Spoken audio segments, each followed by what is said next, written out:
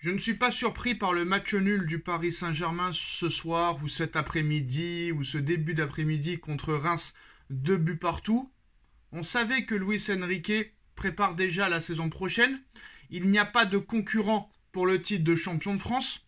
Très clairement, Brest a perdu hier contre Lens. Nice n'avance pas, personne n'avance. Donc à l'arrivée, le Paris Saint-Germain et Luis Enrique peuvent se permettre de mettre des Mbappé sur le banc, etc. et de préparer la saison prochaine. Et force est de constater encore une fois que ça prouve que sans Mbappé, tu n'es pas grand-chose. Très clairement, tu n'es pas grand-chose sans Kylian Mbappé. Et ça va poser problème. Alors heureusement que tu as 10 points d'avance. Ça, c'est la bonne nouvelle. Parce que le match a été très compliqué encore une fois. Et force est de constater que même si Luis Enrique a une grosse autorité, Luis Enrique fait des choix, innove, impose sa patte au niveau de l'autorité, mais au niveau du jeu, c'est assez catastrophique. On l'a vu avec l'ouverture du score de Reims dès la 6e minute de jeu. Le PSG a bien réagi, même s'il est aidé par l'égalisation contre son camp du joueur de Reims. Après, Gonzalo Ramos qui marque, ça c'est la bonne nouvelle du jour.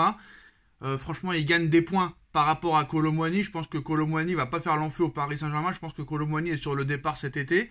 2-1 et malheureusement le PSG arrête de jouer. 2-2 avant la pause et en deuxième mi-temps, incapable de gagner ce match. Bon, au moins tu perds pas, mais à l'arrivée ça fait 3 matchs nuls d'affilée. Seulement 3 points pris sur 9 possibles. Et le problème, c'est que tu es dépendant de Kylian Mbappé. En début de saison, on pensait que c'était terminé la dépendance Mbappé. Non, elle n'est pas finie. Et malheureusement, il va falloir un très très gros mercato cet été pour pouvoir prétendre remplacer Kylian Mbappé. Et là, il va pas falloir se tromper. Et je pense qu'il faut déjà travailler. Il faut déjà travailler sur le remplacement de Mbappé parce que ça risque d'être très très compliqué. Alors, après l'ouverture du score, ce qui a été bien, c'est qu'il y a eu une bonne réaction parisienne. Mais tu prends 2 buts comme ça, c'est trop, c'est pas normal. C'est pas normal parce que Mbappé ou pas Mbappé, la défense est faible. La bourde d'Achraf Hakimi, c'est assez inquiétant, même si après il y a eu du mieux. Ramos, ça c'est la bonne nouvelle du jour. Ramos est efficace et Ramos il est présent, ça c'est bien. Par contre là, ça commence à être inquiétant les performances de Kangin Lee et Barcola. Trop absents sur les côtés, inexistants. Barcola et Kangin Lee inexistants sur les côtés. Au milieu, c'est catastrophique. Il n'y a pas d'impact physique, il n'y a pas d'autorité, il n'y a pas d'activité, il n'y a pas de pressing, il n'y a pas de jeu vers l'avant, il n'y a pas de récupération, c'est compliqué. Et comme tous les matchs, et c'est pareil, c'était pareil avec Galtier, c'était pareil avec Pochettino, il n'y a pas de fond de jeu. C'est un jeu au couteau. C'est un jeu tiré par les cheveux. On ne prend pas de plaisir en regardant cette équipe.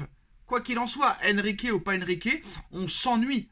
On s'ennuie totalement quand on regarde le Paris Saint-Germain jouer. On s'ennuie. Les beaux matchs du Paris Saint-Germain depuis 3 ans, on les compte sur les doigts d'une main. Voilà. Alors il y a eu quelques situations. Beraldo, on en a fait trop. Beraldo exceptionnel et Beraldo phénoménal. Et voilà, Beraldo aussi qui est pris sur le 2e but. Donc voilà, on n'a pas de tireur de corner, on n'a pas de tireur de coup franc, on n'a pas de joueur de tête. Et c'est compliqué, franchement c'est compliqué. Et là, force est de constater que je vois très clairement qu'on ne pourra pas faire grand chose en Ligue des Champions. Si on tombe contre un Manchester City ou contre un Bayern de Munich qui est en train de prendre de la confiance, qu'on a claqué 8 hier à Mayence, si on tombe contre un Real Madrid ou contre un Inter de Milan, je pense qu'on ne pourra pas espérer grand-chose. Ça risque d'être très très compliqué. Quand tu vois la bourde d'Achraf Hakimi, c'est pas normal. C'est pas normal la bourde d'Achraf Hakimi. Bon, ça peut arriver. Faut mieux que ça arrive ce soir contre Reims qu'en quart de finale de Ligue des Champions. Ça peut arriver. Il faut rien lâcher. Mais depuis l'annonce du départ de Kylian Mbappé, Achraf Hakimi n'avance plus. Alors qu'Achraf Hakimi, il faisait, depuis le début de saison, sa meilleure saison avec le Paris Saint-Germain. Donc c'est compliqué. Après, 10 points d'avance. Le laboratoire Luis Enrique est ouvert.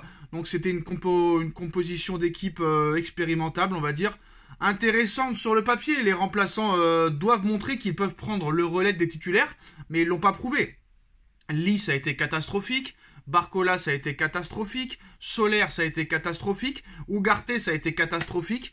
Hakimi Beraldo, ça a été catastrophique. Il a mis Navas titulaire.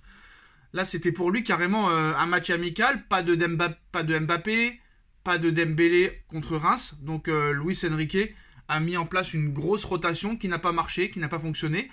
Alors d'accord, c'est très clair. C'est très clair, très très clair. Il prépare la saison prochaine. Mais là, le turnover n'a pas marché.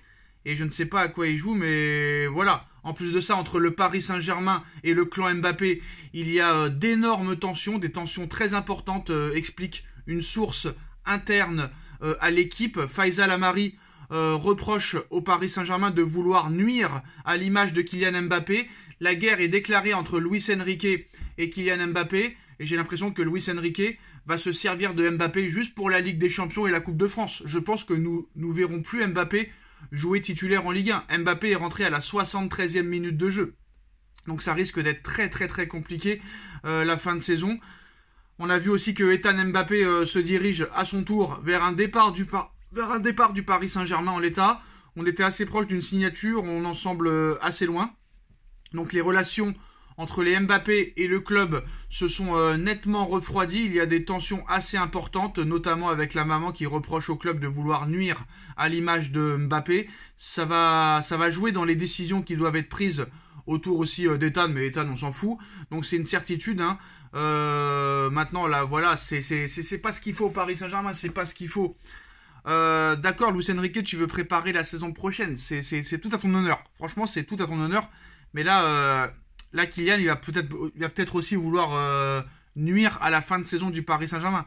Et ça, c'est très compliqué. D'ailleurs, Luis Enrique qui dit après le match « Je ne peux que souhaiter le meilleur à Kylian Mbappé à l'avenir. C'est un joueur incroyable, une très bonne personne. Je lui souhaite le meilleur du meilleur. » Donc voilà, là, Enrique qui dit au revoir à Mbappé. J'ai l'impression que le PSG veut se venger de Mbappé parce que est-ce que c'est vraiment une décision de Luis Enrique? Luis Enrique, après le match contre Orléans ou après le match contre Revel en Coupe de France des équipes de 3e ou 4e division, il nous expliquait que si Mbappé veut jouer, il joue, tu ne peux rien y faire. Et comme par hasard, depuis l'annonce que Mbappé quitte le Paris Saint-Germain, Luis Enrique ne veut plus le faire jouer. Je ne pense pas que c'est une décision de Luis Enrique. Je pense que c'est une décision des hautes sphères parisiennes qui ont demandé à Luis Enrique de ne plus faire jouer Kylian Mbappé, du moins en Ligue 1. Ils veulent juste faire jouer Mbappé en Ligue des Champions pour leur intérêt personnel parce qu'ils savent que sans Mbappé, ils ne pourront pas aller très loin en Ligue des Champions. Maintenant, comment va réagir Mbappé? Est-ce que Mbappé va se donner à fond juste pour jouer les matchs de Ligue des Champions, même si on sait que Mbappé a des hautes ambitions, Mbappé veut gagner la Ligue des Champions,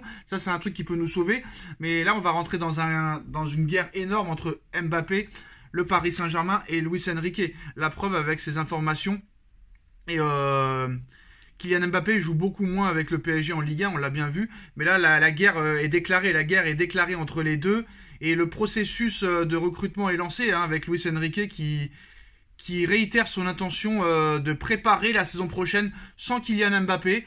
Donc ça approche, ça met en évidence son désir de modeler son équipe pour l'avenir en mettant en place des séances visant à rendre son équipe, on va dire, imprévisible à travers diverses animations. Dites-moi en commentaire si Enrique a raison de faire ça. Alors, que tu prépares la saison prochaine, c'est une chose. Mais là, on voit que les remplaçants ne sont pas au niveau et c'est compliqué. Heureusement que tu as 10 points d'avance en Ligue 1, mais je suis pas sûr que ce soit la meilleure gestion du cas Kylian Mbappé. Pourquoi pas le mettre titulaire et le faire sortir à une demi-heure, 40 minutes de la fin? Ça, ce serait plus cohérent. Mais à l'arrivée, sans Mbappé, tu ne gagnes pas. Contre Monaco, tu ne gagnes pas. Contre Rennes, tu ne gagnes pas. Contre Reims, tu ne gagnes pas.